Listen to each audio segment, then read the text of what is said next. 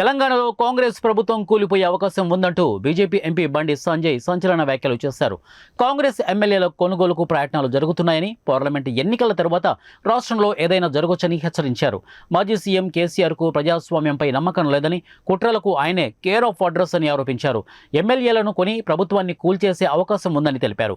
పలువురు కాంగ్రెస్ ఎమ్మెల్యేలు కేసీఆర్తో టచ్లో ఉన్నారని బండి సంజయ్ చెప్పారు. జాగ్రత్తగా ఉండాలని, మాజీ సీఎం కదలికలపై ఓ కన్నేసి ఉంచాలని కాంగ్రెస్ పార్టీ రాష్ట్ర నేతకు ఆయన హితవు పలికారు. పార్లమెంటు ఎన్నికల తర్వాత కేసీఆర్ ఏదైనా చేయొచ్చు.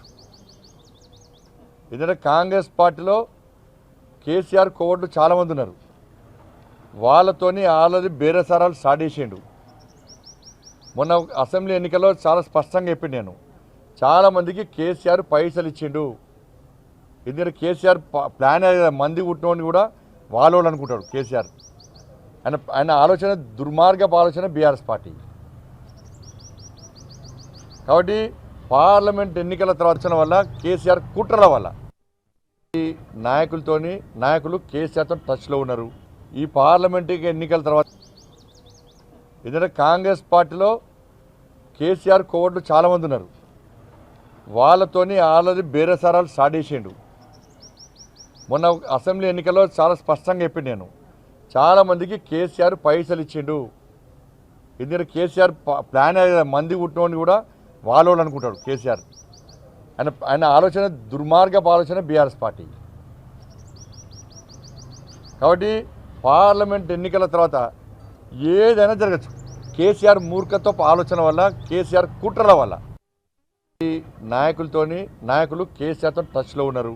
ఈ పార్లమెంట్ ఎన్నికల తర్వాత ఎందుకంటే కాంగ్రెస్ పార్టీలో కేసీఆర్ కోవట్లు చాలామంది ఉన్నారు.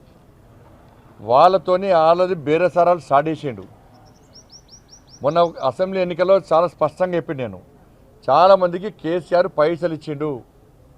ఎందుకంటే కేసీఆర్ ప్లాన్ మంది కుట్టినోని కూడా వాళ్ళు అనుకుంటాడు కేసీఆర్. ఆయన ఆలోచన దుర్మార్గపు ఆలోచన బీఆర్ఎస్ పార్టీ.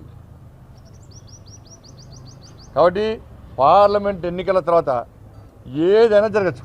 కేసీఆర్ మూర్ఖత్వపు ఆలోచన వల్ల, కేసీఆర్ కుట్రల వల్ల పనిస్తే ఒక వర్గం ఓట్లు పోతే భయపడ్డది మీరు. అయినా ఆ కార్యక్రమానికి మోడీ గారికి మీకు పోలికనే లేదు. ఇప్పుడు మీ ఏం చేసిండు, యాదాద్రి లోపల ఫోటో పెట్టుకున్నాడు. కానీ నరేంద్ర మోడీ గారు అయోధ్యలో ఎక్కడ ఫోటో పెట్టుకోలే. మీరు